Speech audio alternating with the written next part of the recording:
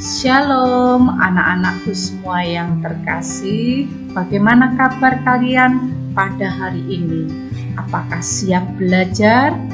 Hari ini kita sudah sampai pelajaran 16. Beriman berarti berjuang melawan godaan. Tujuan pembelajaran hari ini pertama, memahami makna godaan.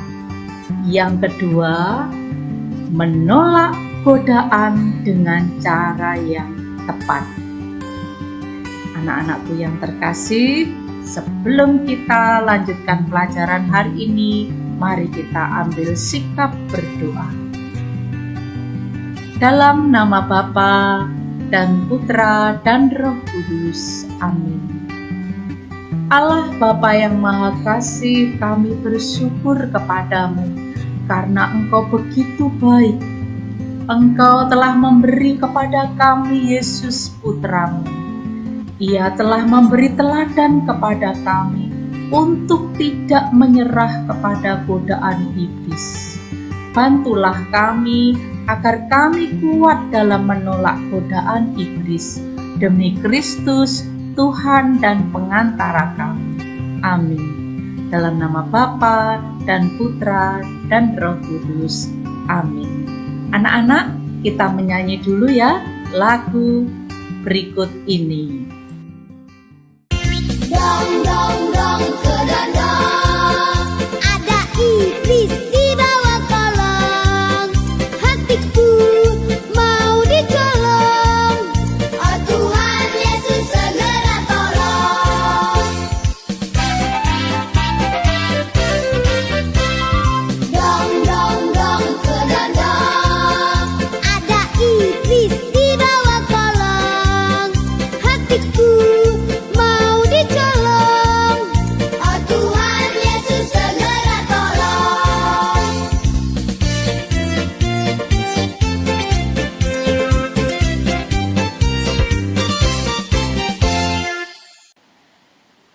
Anak-anak, amatilah gambar berikut ini. Ayo, siapa yang pernah menyontek? Silahkan tunjuk jari. Atau seperti ini, ketika mendapat nilai 0, dia menangis, terus dia rubah menjadi 100. Dia sudah tidak jujur saat itu.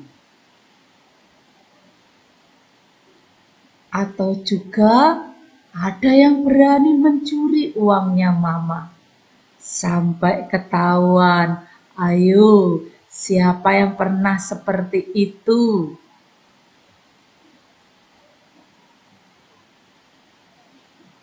Nah, kemudian siapa yang suka nyinyir ya? Suka berbicara jelek tentang orang lain.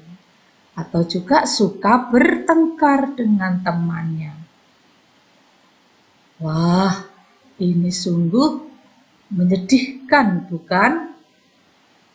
Anak-anak, menjadi orang beriman itu tidak mudah.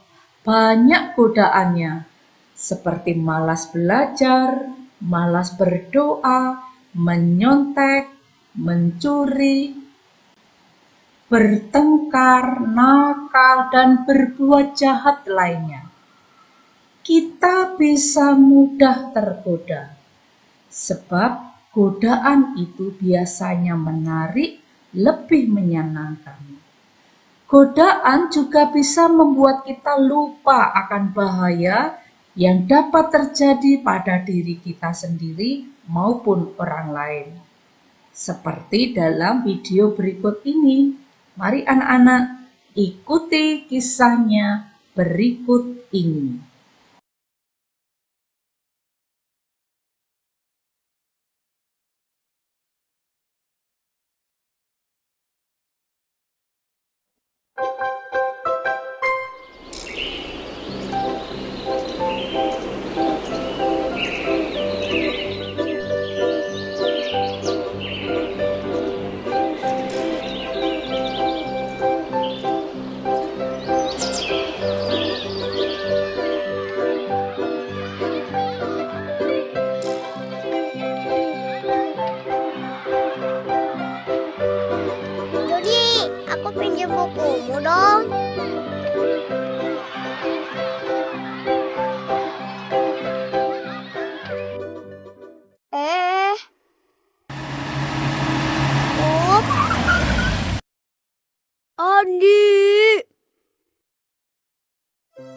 bukuku kan jadi rusak.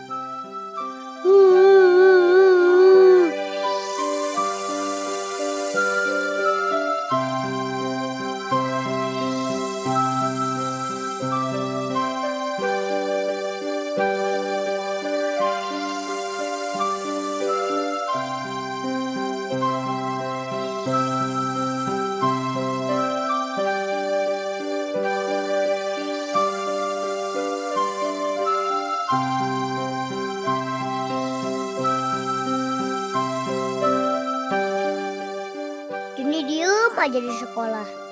Terus biasanya kita main bareng. Hari ini Joni gak mau main bareng aku. Aku juga jadi gak mau main sama Joni.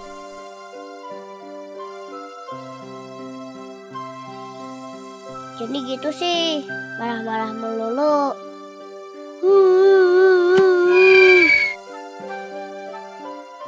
Tapi gimana ya kalau Joni gak mau main sama aku lagi besok? Aku jadi sedih. Masa aku nanti gak temenan sama Joni lagi? Gak enak kan main sendirian? Sepi deh. Kesel. Kenapa sih Joni marah-marah? Aku kan minjek buku Joni gak sengaja.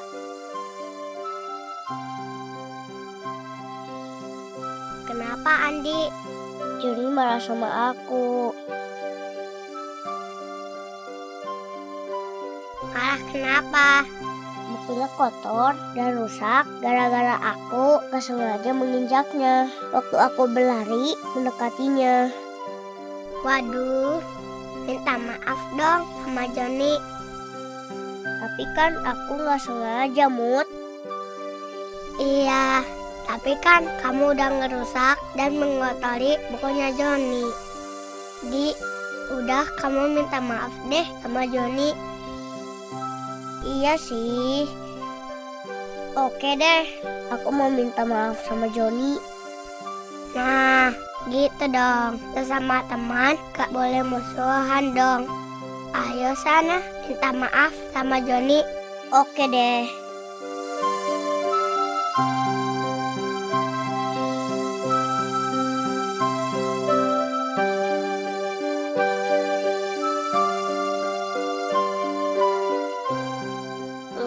Kayaknya aku minta maaf duluan deh sama Joni.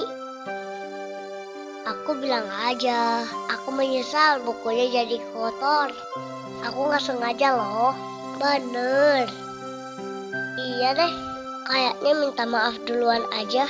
Mau bilang, minta maaf duluan itu lebih baik, meski bukan kita yang salah.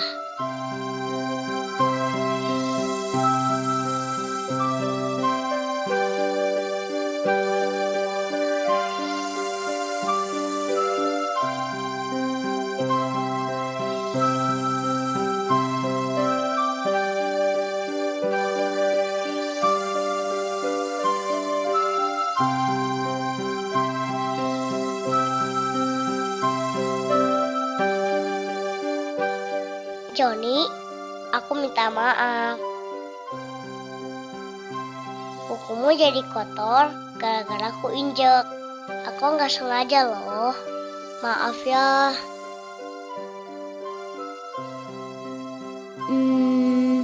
Aku juga minta maaf.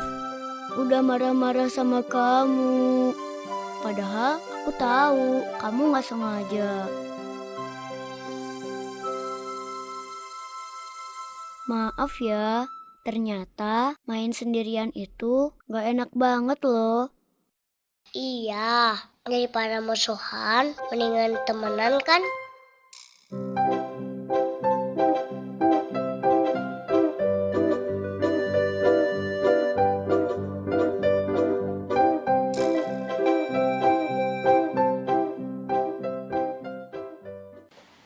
Yesus pun pernah digoda setan setelah berpuasa 40 hari 40 malam di padang gurun. Apa saja godaan yang dialami Yesus? Bagaimana cara Yesus mengatasi godaan? Ikuti kisahnya berikut ini.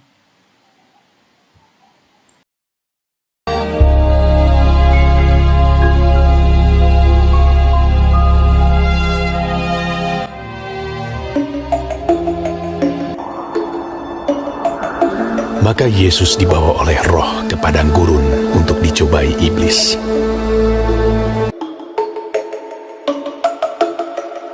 Dan setelah berpuasa 40 hari dan 40 malam,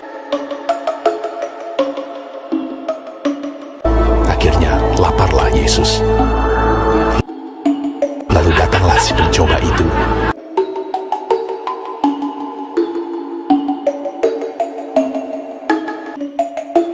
dan berkata kepadanya, "Jika engkau anak Allah, perintahkanlah supaya batu-batu ini menjadi roti."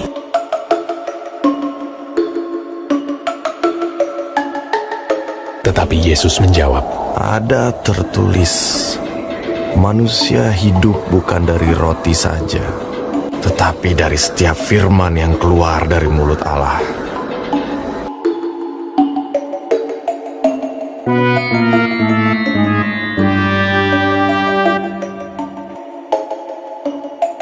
Kemudian iblis membawanya ke kota suci dan menempatkan dia di bubungan bait Allah. Lalu berkata kepadanya, Jika engkau anak Allah, jatuhkanlah dirimu ke bawah, sebab ada tertulis mengenai engkau, Ia akan memerintahkan malaikat-malaikatnya, dan mereka akan menatang engkau di atas tangannya, supaya kakimu jangan terantuk kepada batu. Yesus berkata kepadanya, Ada pula tertulis, janganlah engkau mencobai Tuhan Allahmu. dan iblis membawanya pula ke atas gunung yang sangat tinggi dan memperlihatkan kepadanya semua kerajaan dunia dengan kemegahannya, dan berkata kepadanya, Semua itu akan kuberikan kepadamu,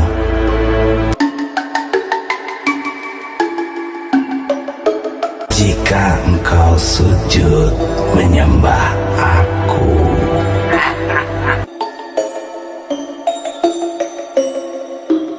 Maka berkatalah Yesus kepadanya, Yalah iblis, sebab ada tertulis, engkau harus menyembah Tuhan Allahmu, dan hanya kepada Dia sajalah engkau berbakti.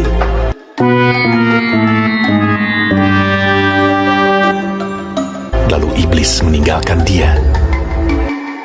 Dan lihatlah, malaikat-malaikat datang melayani Yesus.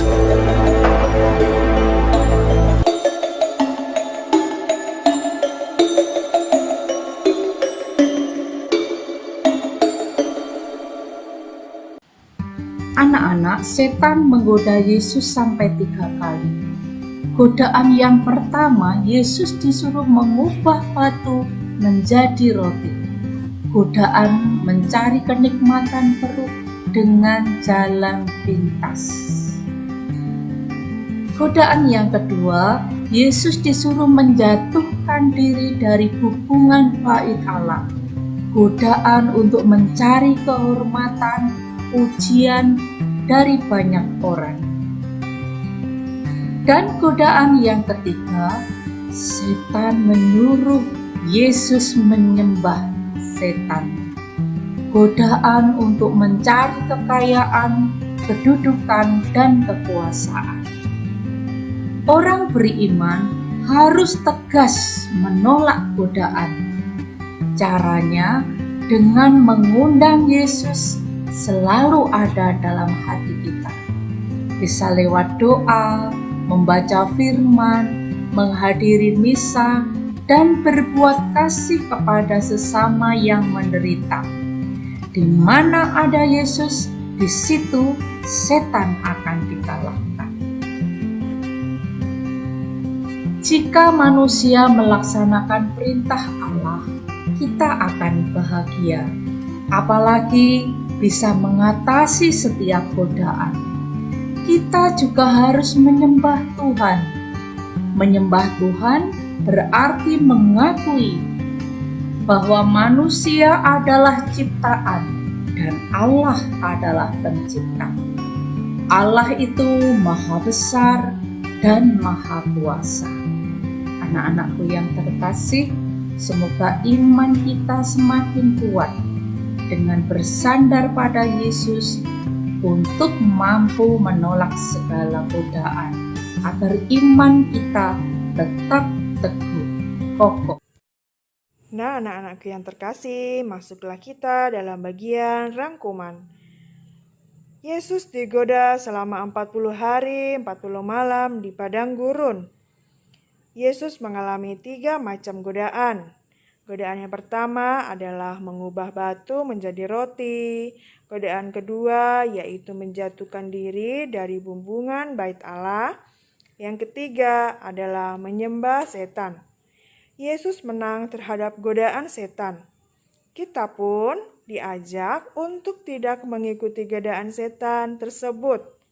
Nah, anak-anakku, cara kita menolak godaan yaitu dengan cara rajin berdoa dan berbuat baik.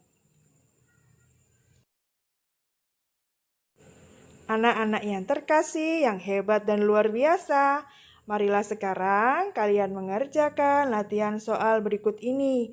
Ada 5 nomor. Yang pertama, siapakah yang menggoda Yesus? Yang kedua, di manakah Yesus digoda? Yang ketiga, apa saja godaan yang dialami oleh Yesus? Keempat, bagaimana sikap Yesus ketika menghadapi godaan? Yang kelima, apa yang kamu lakukan ketika mendapatkan godaan? Dan bagaimana cara kamu menghadapinya? Silahkan dikerjakan ya anak-anak.